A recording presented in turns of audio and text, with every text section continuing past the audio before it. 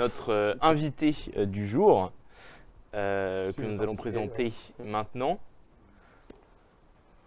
Voilà, donc Xavier Crespo. Xavier Crespo. J'ai écorché ton nom quelques fois, je suis désolé. Crespo, Xavier Crespo, très bien. Voilà, Crespo. Donc un alumni. C'est ça, exactement. Des EO. Tout à Donc fait. c'est quelle génération? Tu as eu ton diplôme en quelle année? Ah, moi, c'était en 2002, promotion Planck. D'accord, voilà. Et donc tu as eu de l'expérience dans le jeu vidéo et puis aujourd'hui tu sors des BD, donc on va en parler. Bonjour à tous. Voilà. Est-ce que vous avez suivi un peu l'événement vite fait ou pas?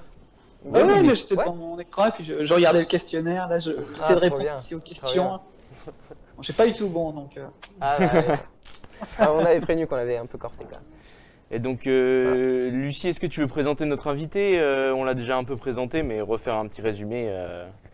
Oui, voilà, donc comme on l'a dit au début du live, c'est un alumni de l'ESEO. Vous avez vu la promo de 2002, j'ai oublié, c'était Planck, c'est ça, vous avez dit? Non, c'est ça, tout à fait, donc 2002. Notre alumni a donc travaillé dans les jeux vidéo déjà autrefois et pour après se réorienter plus tard vers la bande dessinée actuellement qui est son métier, mais il va vous en dire plus en parlant un peu mieux de sa vie que moi, en résumant là en quelques minutes. C'est vrai, tout à fait. On va commencer un peu avec votre carrière dans le jeu vidéo, je pense. Qu'est-ce que... Oui. Non. Oui, on a préparé quelques questions donc, pour votre interview, pour notre discussion. Est-ce que tu les as sous les yeux? Est-ce que tu veux que je te... Je les ai pas sous les yeux, yes. Pendant les EO, on va dire, vous avez fait, genre, je sais pas du tout comment ça se passait à l'époque, vous avez fait une option particulière pour vous orienter sur les jeux vidéo? Oui, tout à fait. C'était en troisième année d'année d'ingénieur. En deuxième année, pardon, j'ai pris l'option GIRT, Génie Informatique Réseau et Télécom. Je ne sais pas si c'est encore comme ça. Et en dernière année, je me suis spécialisé dans le développement informatique. D'accord. Ok. C'est au cours de mes études où je me suis spécialisé dans l'informatique. Et dès votre stage de fin d'études, vous étiez dans une boîte de jeux vidéo? Non, Parce que... pas le stage de fin d'études. Mais ça a commencé en fait en deuxième année d'ingénieur où en fait j'ai découvert le monde du jeu vidéo justement à l'ESEO avec un stage d'un professeur qui avait proposé de travailler avec un moteur de jeu vidéo. Et c'est ça qui m'a fait le déclic pour aller dans le jeu vidéo. Ok, ouais. ça marche. Et je crois qu'on a vu que vous étiez effectivement gameplay développeur à une époque. Gameplay programmeur. Gameplay programmeur, pardon, excusez-moi. Non, c'est le terme dans la profession, c'est gameplay programmeur. Oui, tout à fait. Et en quoi ça consiste en fait finalement ce métier? C'est un métier qui est spécifique aux jeux vidéo en fait. Dans un jeu, on commence par réfléchir aux règles du jeu, à ses mécaniques, pour créer le fun du jeu. Et une fois que toutes ces règles sont définies, on va les donner justement à un gameplay programmeur qui va programmer toutes ces règles de jeu. Par exemple, si dans un jeu, il y a un personnage principal qui approche d'une porte et qui doit actionner un levier pour ouvrir la porte, le game programmeur, qu'est-ce qu'il va faire? En programme, il va vérifier où est la position du joueur. Est-ce qu'il est à côté du levier? Est-ce que le joueur appuie sur le bon bouton pour actionner le levier? Et si oui, est-ce que ce levier actionne quelque chose? Donc ouvrir une porte si c'est le cas. Ouais, pour prendre par exemple sur Mario, c'est lui qui va coder en sorte que Mario, s'il tombe sur la tête d'un champignon, il le tue, quoi. C'est ça. En fait, c'est la partie logique derrière l'animation, enfin que nous on verrait si jamais je sais pas si je m'exprime bien. Oui, tout à fait. En fait, il va créer toutes les interactions. En fait, c'est vraiment le gameplay programme. C'est vraiment ce qui va faire la différence entre un dessin animé et un jeu vidéo interactif. En fait. Ok, d'accord, ça marche. Et quel a été le premier jeu sur lequel vous avez travaillé? Le premier jeu, c'était Astérix XXL. Donc, j'étais très content parce que quand on arrive dans une petite boîte, on se dit est-ce que ça va être connu? Et en fait, déjà travailler sur une licence, c'était une licence de bande dessinée, mais la bande dessinée, c'est notre passion. Oui. Donc déjà, j'étais content parce que quand je pouvais en parler à mes proches, au moins ils connaissaient. Je travaille sur un jeu vidéo adapté d'Astérix, donc déjà, ça parlait aux gens. D'accord, ok. C'est vrai qu'en plus, c'est une licence à succès de bande dessinée. Je me souviens avoir joué au jeu en plus sur PSP. Moi, j'avais sur PlayStation, j'avais un jeu Astérix. Ok. Donc,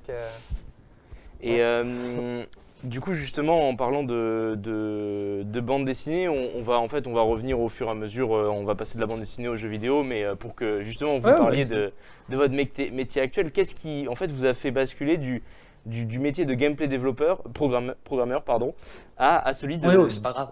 dessinateur de bande dessinée Ah bah c'était le bon moment en fait. J'ai été gameplay programmeur pendant 18 ans et là j'ai eu envie de faire une pause et j'ai eu envie de réaliser un vieux rêve qui est ma passion pour la bande dessinée. J'adore dessiner et là j'ai senti que c'était le bon moment, que c'était le moment de faire une pause et de me lancer ce projet Ok, pour le concrétiser. Des fois il faut s'écouter. Là c'était le moment. ok. Ouais, sur le site, on pouvait donc fournir ta BD. Oui, tout à fait. On avait pu voir que c'était un projet qui taraudait un peu depuis longue date quand même. Ça fait, oui, qui Oui, était décrit. tout C'était à quelque fait. chose que tu avais en tête depuis pas mal de temps. D'ailleurs, c'est ce qu'on voit en fond, la cohabitation, je crois, c'est ça le Sa titre. cohabitation. Oui, cohabitation, bah, Ok. tout Voilà. à fait, c'est Ouais, c'est ça. Oh. la D'accord. bande dessinée qui est sortie donc sur mxedition.com et donc elle est sortie ce mois-ci, donc très content ça y est, de le tenir en main, ça fait vraiment, Ça fait c'est très quelque agréable. chose. C'est comme, Ah, ouais. mais Ouais. c'est très similaire aussi aux jeux vidéo. La première fois où je vais à la Fnac et je vois mon jeu qui passe à la télé, j'ai cru que j'étais au travail. Je me dis, mais qu'est-ce que je fais? Je suis au travail? Ah non, mais ça me dit, je suis à la Fnac. Et c'est le jeu sur lequel j'ai travaillé pendant plus d'un an qui est projeté. Et là, c'est pareil. Retenir le livre sur lequel on a travaillé, c'est très agréable. C'est vrai que ça fait quelque chose, un sentiment d'accomplissement, un peu, Exactement, finalement. c'est ça. Mais Lucie, d'ailleurs, si tu as des questions, on a rédigé en fait ensemble quelques questions, mais n'hésite pas à les poser. Ouais. Bien sûr, vous en faites pas, pas de problème. Et du coup, Là, si jamais... typiquement sur ta BD, est-ce que tu as eu des influences en termes de BD, si elles étaient, enfin, où d'où venaient tes influences pour ce que tu vas raconter? C'est du sériel, c'est du séquentiel? Je sais pas si c'est toute une histoire Alors, dans toute la BD, une histoire dans toute la BD ou pas? Ça oui, alors tu m'as posé plein de questions que Oui. je vais y aller une par une. Il n'y a pas de souci. Donc, déjà, mes influences, j'ai toujours lu beaucoup de comics, de bandes dessinées franco-belges, mais c'est vrai que c'est la découverte du manga qui m'a donné envie de créer ma propre bande dessinée. Donc, ce que je fais, c'est que je crée mes codes et je reprends un peu les codes qui existent, donc, comme je t'ai dit, bande dessinée, comics et aussi manga, c'est très dynamique. Au niveau de l'histoire, c'est vraiment roman graphique sur plusieurs tomes. Mais ce que j'essaie de faire, c'est, je ne sais pas si vous connaissez Gun, pour moi c'est une des références du manga, où au niveau de la narration, j'aime beaucoup, c'est-à-dire que même si c'est une histoire qui se déroule en 9 tomes, chaque tome a sa propre histoire. Et c'est ce que j'essaie de faire, c'est-à-dire que ça se suit, mais chaque tome peut avoir sa propre histoire, ses propres actions, même son style graphique. Ouais, t'as Donc, repris, je varierai aussi un peu le style graphique, l'ambiance, la narration, pour pas me répéter. le système d'arc des mangas, quoi. Ce qu'on a souvent. Un petit peu, c'est ça. Donc en fait, ce sera un arc par tome.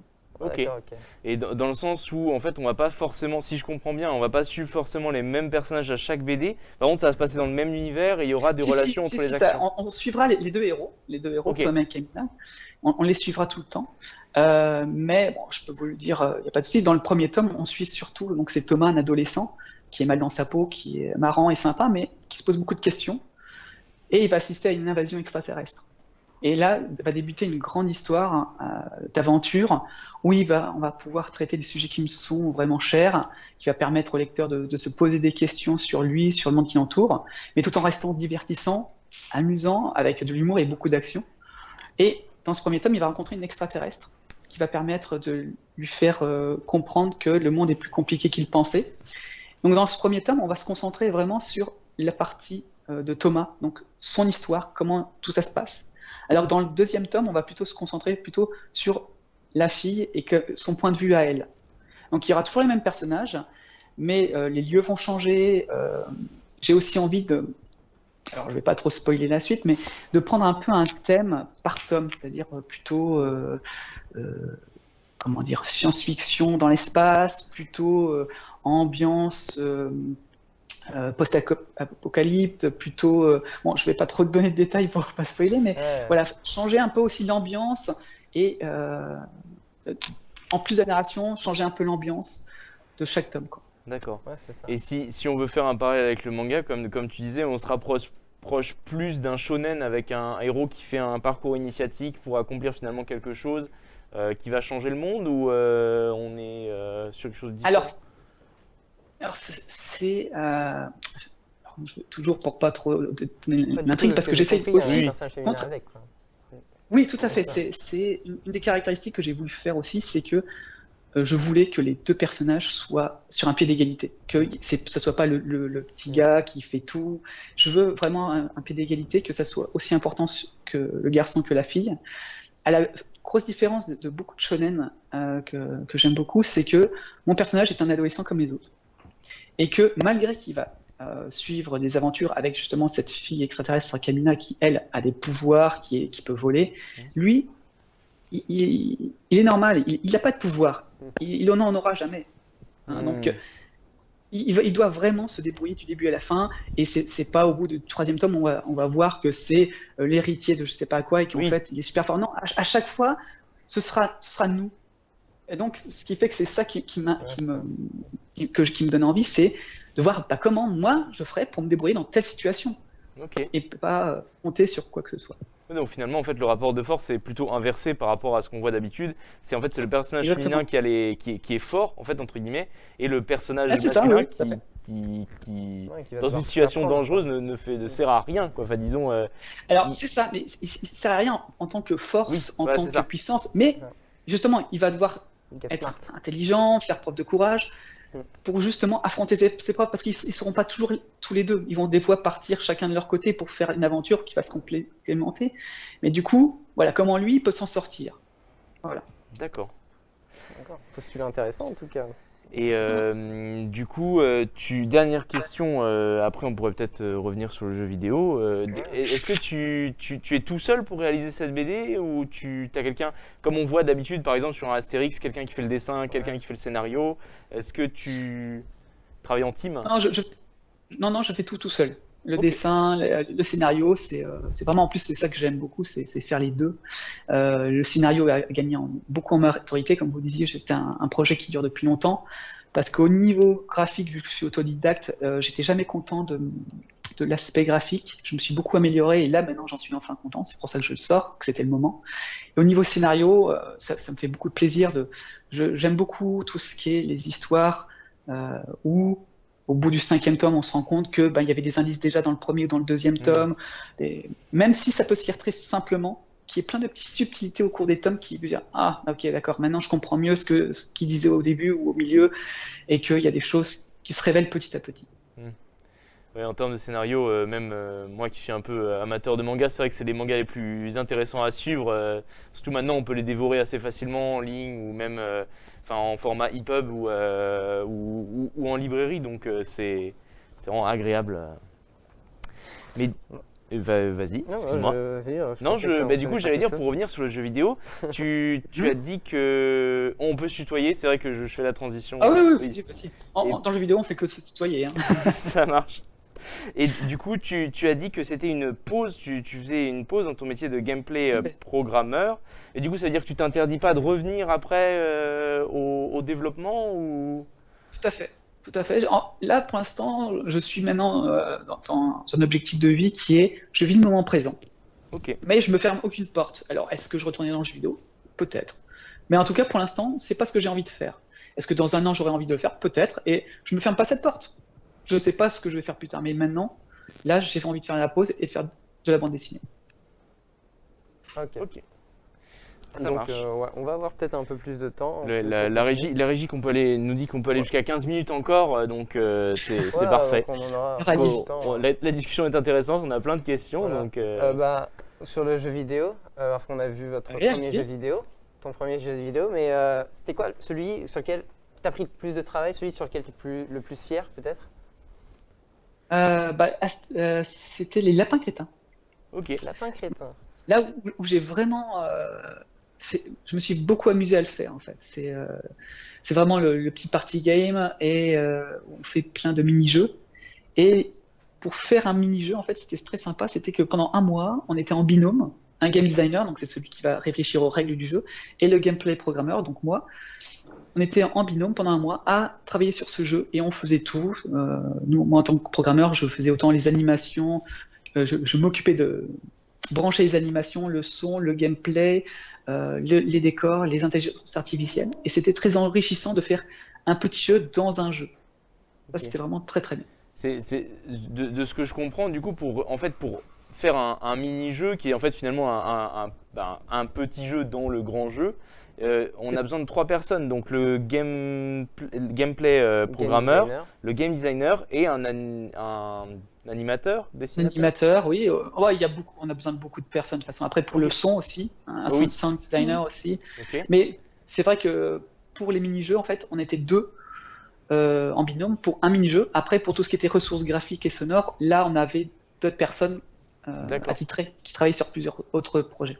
Donc en fait, moi qui n'ai jamais, enfin qui suis un gros gamer, mais qui n'ai jamais vu comment se développer un jeu vidéo. Donc en fait, il y a 3 phases. Il y a la phase d'animation, la phase de définition des règles et la phase de programmation des règles en fait finalement dans un jeu. Oui, on va commencer par les règles d'abord, quand même. Ok. On commence par les règles. Parce que tant que tu n'as pas quelque chose qui donne envie, même sur papier, on va pas aller plus loin. Puis après, on va faire un prototypage pour que tu puisses dire, alors voilà, la plus grosse fonctionnalité de mon jeu, ce qui va le différencier des autres, c'est ça. Et là, tu vas faire un prototype sur ce qui va le différencier des autres, pour vraiment montrer que c'est fun. Et une fois que le prototype est bon, là, on va commencer à préparer la pré-production.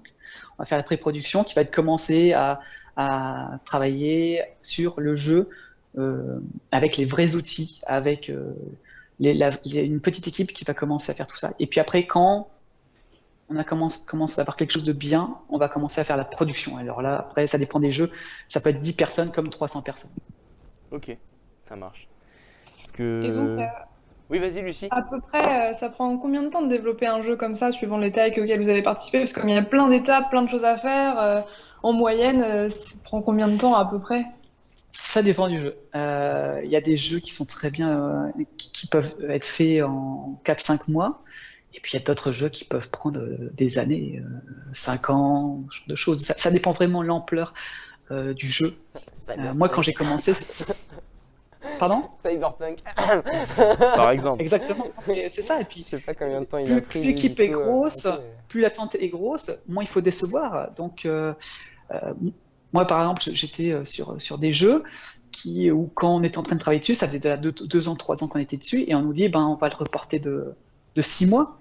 Mm. Et ben, des fois, c'était pas une mauvaise nouvelle, parce que tu disais, eh ben, tant mieux, parce que pour avoir la qualité qu'on nous demandait, il nous manquait 6 mois. Alors les joueurs, forcément, sont déçus, mais qu'est-ce qui vaut mieux, sortir un jeu trop tôt et que tout le monde soit un peu déçu, ou s'accorder 6 mois de plus et sortir un truc comme tout le monde l'attendait? En, Donc ça, c'est vrai que c'est des questions que tout le monde se pose. en parlant de ça, justement, sans forcément citer de nom, mais de par ton expérience, je sais pas je crois que tu as eu accès aux questions avant qu'on te les pose, Tout à normalement. fait. Justement, on parle beaucoup, en ce moment, il y a beaucoup d'articles qui sortent sur le crunch dans le crunch dans le jeu vidéo, Ouais. la pression qui est mise sur les équipes de développement, etc. Qu'est-ce que, toi, après 18 ans, qu'est-ce que t'en penses? Qu'est-ce que tu as ressenti? Est-ce que... Ah, c'est une bonne question. C'est vrai que le crunch est vraiment un problème. Parce qu'au début, c'est vrai quand on était jeune, pareil, hein, j'ai passé des week-ends des fois à travailler parce que c'est ton premier ou deuxième jeu, tu es dans une petite boîte, tu as envie de faire tes preuves, même si tu es dans une grosse boîte, c'est pareil d'ailleurs. Mais tu as envie de faire tes preuves, et puis ça te passionne. Mais moi, ce que j'ai vu, c'est qu'au bout d'un moment, bah, il faut pas se cramer non plus. Euh, et surtout, ben, c'est bien de donner pour le jeu, pour ta boîte, mais si t'as rien en retour, ça te donne pas forcément envie. Alors, des fois, on va te demander, moi, par exemple, quand j'étais dans certaines sociétés, au bout d'un moment, j'ai dit, stop, je peux dire non à faire des heures sup. Après, j'ai pas dit non à tout. C'est-à-dire que j'ai dit non aux heures sup qui n'étaient pas vraiment utiles. C'est-à-dire que des fois, on va te demander de faire des heures sup, mais si tu réfléchis, c'est juste parce que ben on l'a pas prévu. Donc soit on me rajoute du temps pour que j'ai le temps de le faire, soit on dit ben on coupe parce qu'on n'a pas le temps et on va faire n'importe quoi. Des fois, il vaut mieux couper plutôt que faire quelque chose mal. Et il y a certaines productions qui ont été géniales là-dessus, c'est que j'allais voir mon manager en lui disant bah voilà, moi actuellement, on me demande de faire ça. Clairement, j'ai pas le temps. Donc soit on me donne plus de temps pour que je le fasse bien, je peux faire quelques heures sup, mais je vais pas passer ma vie en heures sup. Soit on la coupe, comme ça on est tranquille, et on peut faire des trucs plus qualitatifs. Donc voilà, moi je me rappelle, il y a une production où le manager, clairement, il m'a dit, bah on coupe. Et c'était génial, au moins, bon voilà, comme ça au moins, on va se concentrer sur ce qui est fait et bien le faire, et la production c'est super bien fait, on a sorti un jeu qui était très bien reçu au niveau critique commercial, et ça c'était très bien. Donc les heures sup, il faut pas oublier qu'on a le choix de dire non. Ok. Parce que il faut savoir, c'est pas évident au début, hein, surtout quand on est jeune et qu'on démarre, il faut dire oui, je veux bien en faire un peu, mais j'ai aussi une vie personnelle, et à un certain point, je dis non. Voilà. Et justement, dans une question, c'est une question subsidiaire qui m'intéresse à titre perso. C'est un milieu qui m'a toujours beaucoup intéressé, mais justement, ce problème-là, c'est plus un problème de management. C'est le management qui est pas bon, c'est-à-dire qu'on prévoit pas assez de temps pour un projet, ou parce que finalement, c'est de la définition de projet, et être chef de projet, c'est un peu partout pareil. C'est-à-dire qu'il faut définir le temps, il faut définir les objectifs. Et est-ce que vraiment c'est spécifiquement dans le milieu du jeu vidéo où il y a un problème, ou est-ce que c'est par exemple le fait que c'est un jeu vidéo, donc il y a une attente du public qui est très forte par rapport à un projet classique dans une boîte X Est-ce que tu pourrais m'en dire plus? Oui, alors moi je vais parler par rapport à mon expérience, hein, parce que je ne connais pas tout, mais de ce que moi je comprends avec mon expérience, c'est quand on fait un jeu, souvent, quand on le démarre et qu'on voit le potentiel, tout ce qui est au niveau du management et l'éditorial, ils vont commencer à donner un laps de temps. Vous avez 1 an, 2 ans, 3 ans, 4 ans pour faire ce jeu avec tel budget. On vous donne dès le départ un budget et un temps. Donc c'est à vous de mettre ce qu'il faut dedans. Le truc, c'est qu'un jeu, c'est une œuvre artistique. Les gens qui travaillent dedans sont passionnés. Ils ont envie de faire les choses bien. Et des fois, même au bout de 2 ans, tu as de nouvelles idées, tu as envie de les ajouter. Alors c'est ça le truc, c'est que tu as toujours le temps, il ne bouge pas, parce que tu as toujours la même échéance, mais des fois tu as envie de rajouter des choses, en disant ah j'ai une super idée hier, et que j'ai pas eu il y a 2 ans, et maintenant je l'ai, j'ai envie de la mettre, est-ce qu'on a le temps? Oui, peut-être on va essayer, et du coup il y a des choses forcément qui débordent, qui prennent du temps, et puis hélas tu as des fois des mauvaises décisions qui vont mettre l'équipe en retard sur tiens, on va essayer telle chose, ça marche, parfait, et puis d'autres ça marche pas. Mais ça a retardé tout le monde, parce que il y a certaines étapes qui peuvent retarder tous les métiers, hein. Il y a des choses qui peuvent vraiment découler, des choix qui peuvent être un peu problématiques. Ça, je l'ai vu dans certaines productions où un mauvais choix technique ou un mauvais choix en général peut vraiment ralentir tout le monde. Et après, le jeu en paye un peu le prix. Ok. Pour le coup, ça ressemble beaucoup au cinéma, quoi. T'as l'idée de base, t'as le budget, t'as le temps. Et puis après, si t'as des producteurs qui veulent enlever, rajouter des choses, des réalisateurs un peu trop ambitieux. Ouais, de l'aléatoire finalement. Parce Ouais, que c'est des erreurs de jugement, juste des envies passagères. Et généralement, dans le cinéma, c'est le rôle principalement des producteurs, puisque c'est eux qui cherchent les financements.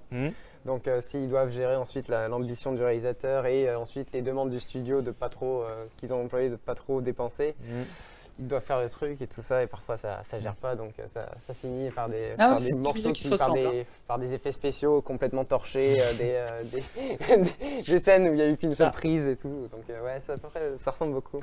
Ok. Oh, oui, ça se ressemble beaucoup. C'est une adaptation. Est-ce que Lucie, tu veux poser 2-3 questions? Tu t'en as en tête?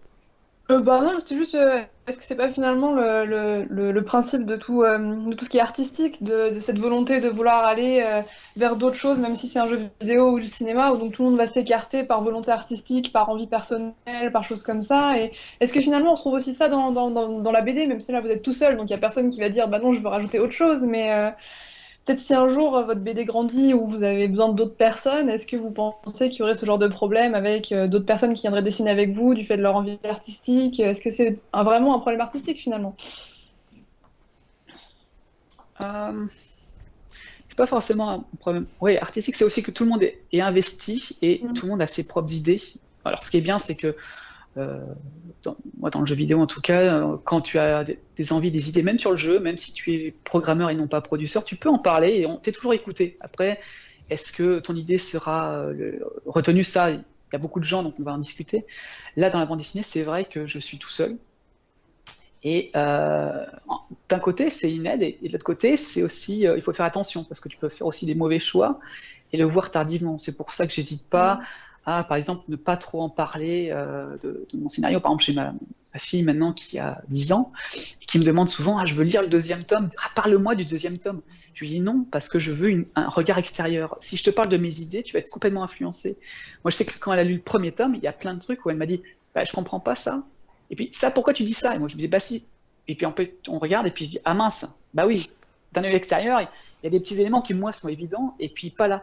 Donc, je sais que ma femme, elle connaît beaucoup de détails, donc on en discute beaucoup, elle me permet de corriger pas mal de choses au niveau des cohérences, mais elle a plus cet œil extérieur, alors que ma fille, elle l'a. Et ça, je veux absolument qu'elle garde cet œil extérieur, parce qu'elle m'a montré des trucs, des fois, où je me suis dit, ah oui, en effet, c'était pas compréhensible.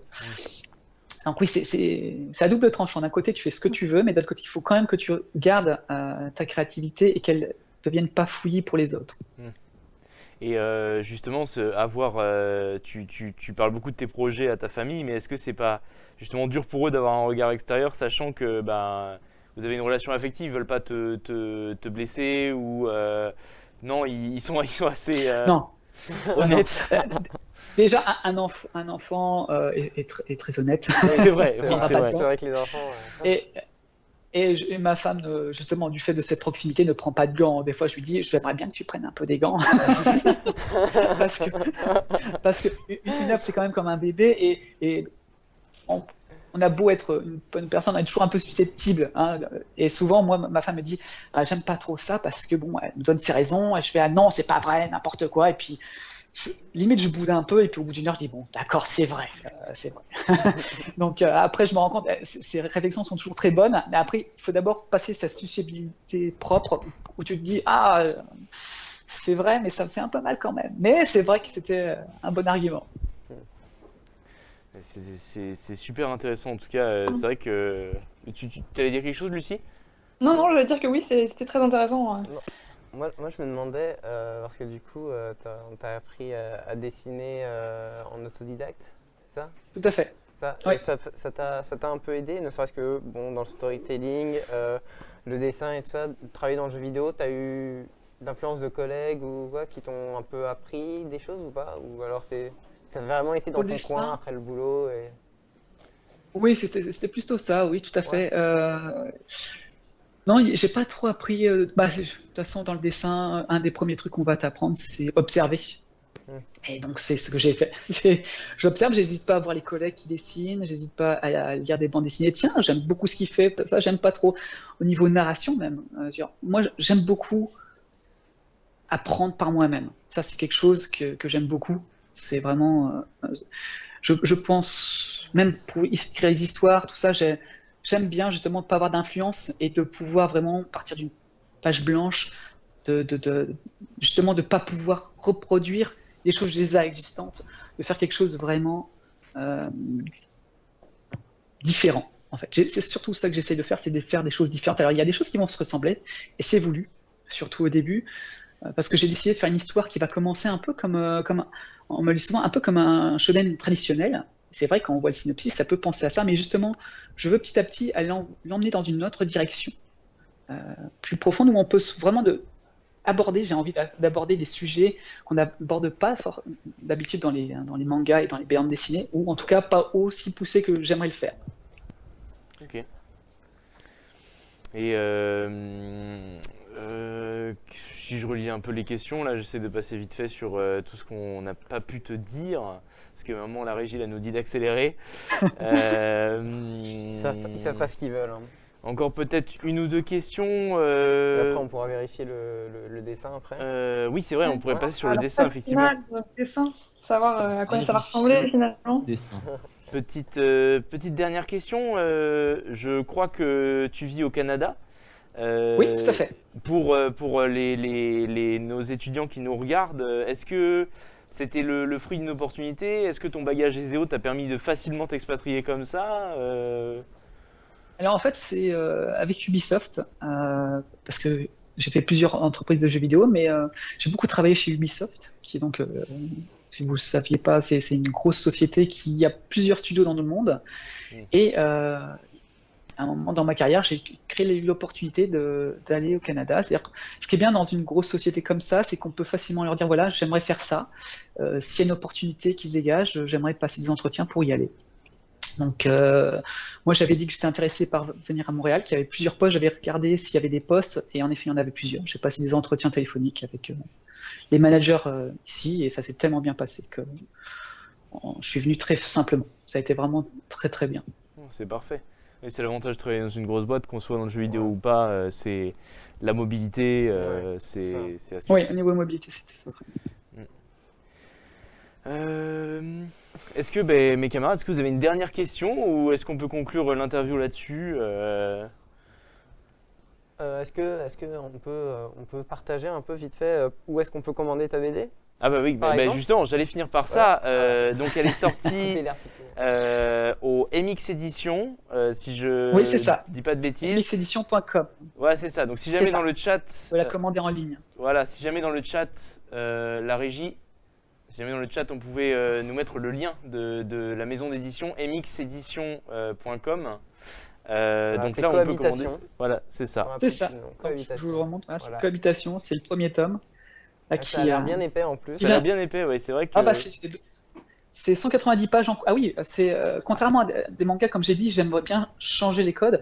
C'est que c'est un format A5 parce que j'aime bien que ça soit. C'est pas plutôt manga, mais la grosse différence c'est que c'est entièrement en couleur. Oh, ah oui, ça c'est appréciable. C'est vraiment. C'est 190 pages de couleurs. Ça c'est bien, genre de Je sais BD. pas si vous voyez, donc ça c'est un truc que j'ai voulu mettre. Voilà, je voulais de la couleur. Et est-ce que tu sais si au niveau distribution on peut déjà les trouver dans les librairies françaises ou Non, là on a décidé avec l'éditeur de faire que en ligne pour l'instant. Ok, d'accord. Que de la commande en ligne. Donc là, vous verrez sur la boutique. Pour l'instant, tous les frais de port sont gratuits pour la bande dessinée. Ok, bah parfait, on va aller commander ça alors. C'est parfait. On peut passer sur le dessin, avant de dire au revoir à tous. Conclure. Sur le dessin. Ouais. Est-ce que la régie, il faut mettre la caméra. Voilà, on pourrait zoomer sur le dessin. Vous voyez là ou pas? C'est en cours. La régie est voilà. au taquet. Voilà. Oh, c'est magnifique. Waouh. Le tyrannosaure du BDE, BDA. du BDA. BDA. J'adore. C'est magnifique. Donc c'est pas fini, hein. 1 heure c'était court. Ah oui, hein. On se doute bien que ce qu'on vous a donné comme délai et comme façon de faire, c'était pas évident. Mais merci beaucoup d'avoir joué le jeu, ça donne un truc super stylé, c'est très beau, merci. Je vais le finir, je vais Ouais. mettre un peu de couleur peut-être, et puis je le diffuserai quand il sera terminé, je pense. Et est-ce que ce serait possible de l'envoyer à l'adresse mail live@bdeezeo.fr, qu'on puisse le montrer quand il sera prêt au prochain talk show ou au talk show d'après? Ouais, bien sûr. Alors il sera pas prêt aujourd'hui parce qu'après là je vais sortir, il fait beau. Forcément, évidemment, profiter.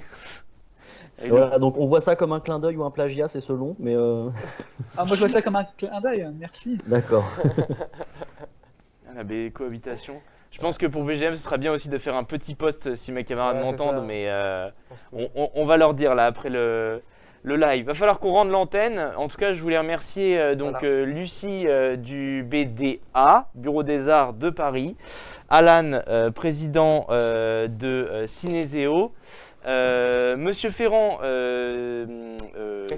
responsable de la majeure cybersécurité à Paris. Exactement. Et enfin notre invité qu'on a passé 20 minutes, avec qui on a passé 20 agréables minutes à discuter BD, jeux vidéo, et on voulait vous remercier. Merci à vous, c'était un plaisir. C'était vraiment un plaisir. Pas de même. Et plaisir partagé. On vous remercie d'être venu. Voilà. Pour les gens qui sont sur le stream, restez là. On a le Rocket League, les phases de poule. Donc soutenez votre campus, restez là.